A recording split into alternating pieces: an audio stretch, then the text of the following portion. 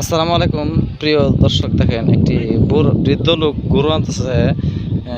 যখনই সে গরু আনে, গরুটিকে পশু জিনিস সে কিন্তু গালিগালাজ করে। গরুকে দেখেন, স্বচক্ষে দেখেন, আসলে কি বোঝে, গরু কি বোঝে? এই যে দেখেন, তিনটি গরু কেমন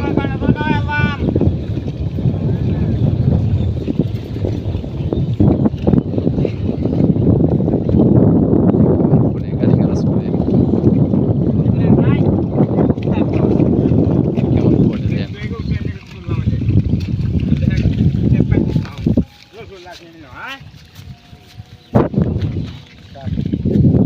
সর্বনাশ।